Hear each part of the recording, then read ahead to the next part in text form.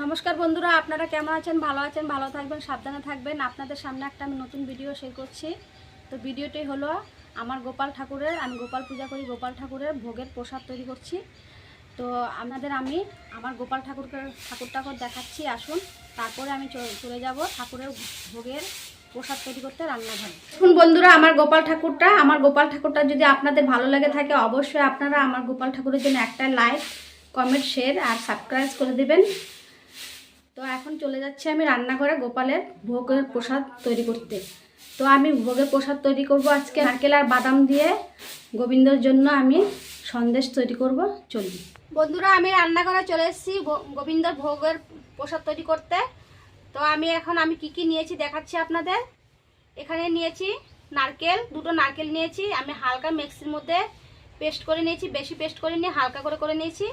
আর এখানে নিয়েছি বাদাম, হালকা ভেজে আমি মিক্সির মধ্যে পিষে নিয়েছি। আর নিয়েছি দুটো গুঁড়ো দুধের প্যাকেট নিয়েছি, আর এখানে চিনি নিয়েছি। এখন আমি গুঁড়ো দুধগুলো গরম জলে গুলে নেব, তারপরে উনুনে আঁচ ধরিয়ে গোবিন্দর জন্য আমি ভোগের সন্দেশ তৈরি করব। দেখুন বন্ধুরা, আমার গুঁড়ো দুধটা আমি গরম জলে গুলে নিয়েছি, উনুনে আঁচ ধরিয়ে দিয়েছি। এখন আমি নারকেলগুলো কড়াইয়ের মধ্যে দিয়ে দেবো। কড়াইও গরম হয়ে গেছে। এখন আমি নারকেলগুলো প্রথমে কড়াইয়ের মধ্যে দিয়ে দেবো।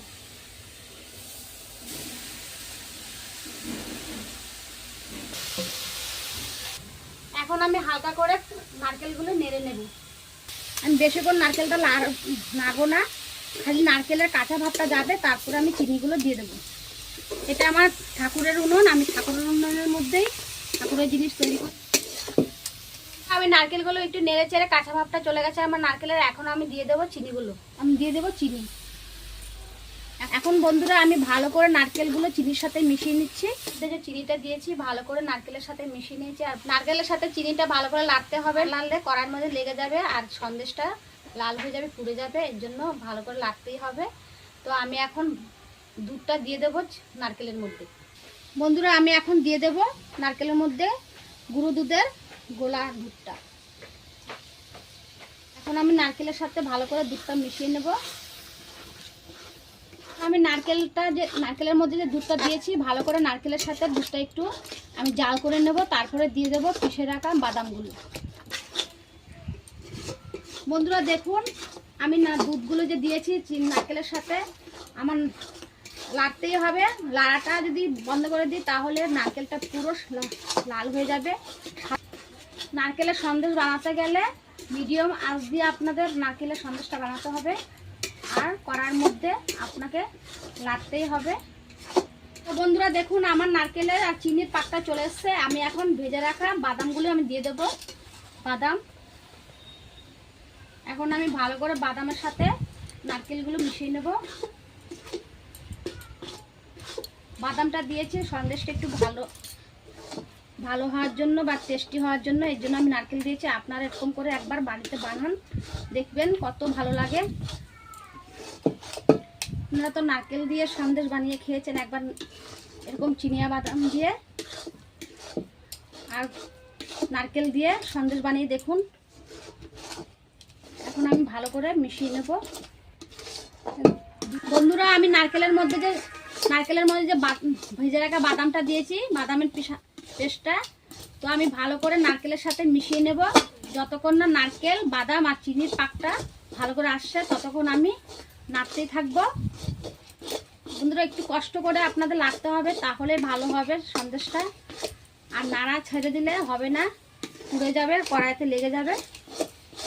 বাদামটা দেওয়াতে কালারটা চেঞ্জ হয়ে গেছে, একটু ভেজে রাখা বাদামটা দেওয়াতে।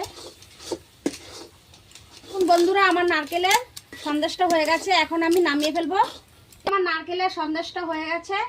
এখন আমি এই একটা থালা নিয়েছি, থালার মধ্যে একটা এই পেপার নিয়েছি, এই পেপারের মধ্যে আমি ঢেলে দেব।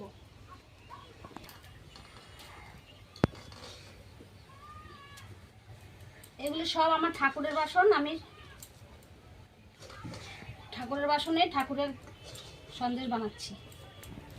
এই পেপারটা দিয়ে আমি উপর থেকে দিয়ে আমি বাটিটা দিয়ে একটু আমি ছড়িয়ে নেব। বন্ধুরা দেখুন, আমি বাটিটা দিয়ে পুরো প্লেন করে নিয়েছি সন্দেশ বানানোর জন্য। এখন আমি রেখে দেব, যতক্ষণ ঠান্ডা না হয় ততক্ষণ রেখে দেব। তারপরে আপনাদের আমি পিস পিস করে কেটে দেখাবো।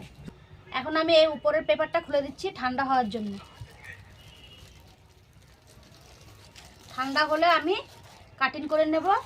বন্ধুরা আমি চলে এসেছি, আমার নারকেলের বরফি সন্দেশগুলো ঠান্ডা হয়ে গেছে। এখন আমি কাটিং করে নেব।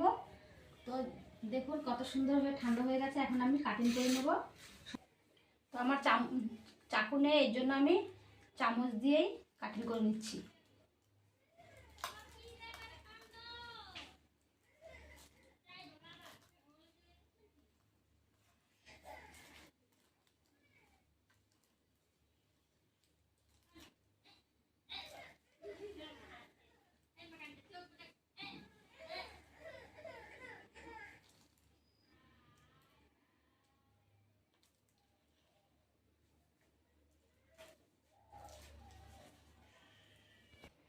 বন্ধুরা আমার সন্দেশগুলো কাটিং হয়ে গেছে। এখন আমি একটা একটা করে উঠিয়ে রেখে দেব গোবিন্দর সেবার জন্য। রোজ দিন গোবিন্দর ভোগ নিবেদন করার জন্য আমি বানিয়েছি। তো আপনাদের বাড়িতে যদি এরকম গোপাল ঠাকুর থাকে বা কোনো ভি ঠাকুর থাকে, তো আপনারা এরকম করে বানিয়ে রেখে দিতে পারেন। রোজ গোবিন্দর জন্য, ঠাকুরের জন্য ভোগ নিবেদনের জন্য প্রসাদ তৈরি করে রাখবেন এরকম করে। তো দেখুন বন্ধুরা আমার কাটিংগুলো কীরকম হয়েছে। আমি ছোট ছোট করেই কাটিং করেছি। তো বন্ধুরা দেখুন এরকম করে আমি কাটিং করে নিয়েছি। সবগুলো আমি উঠিয়ে নেব এরকমভাবে। তারপরে আমি গোবিন্দের জন্য রেখে দেবো নিত্য পূজা সেবা পূজার জন্য। বন্ধুরা আমার নারকেলের বরফি সন্দেশটা আপনাদের কেমন লেগেছে? যদি ভালো লেগে থাকে অবশ্যই আমার চ্যানেলটি সাবস্ক্রাইব করবেন, লাইক করবেন, শেয়ার করবেন, আর পাশের ঘন্টিটা ক্লিক করে দেবেন। আর আমার গোপাল ঠাকুরের জন্য একটা লাইক দেবেন। আর নিত্য নতুন রেসিপি দেখার জন্য আমার পাশে থাকবেন। আবার ফিরে আসবো একটা নতুন ভিডিওর সাথে। নমস্কার।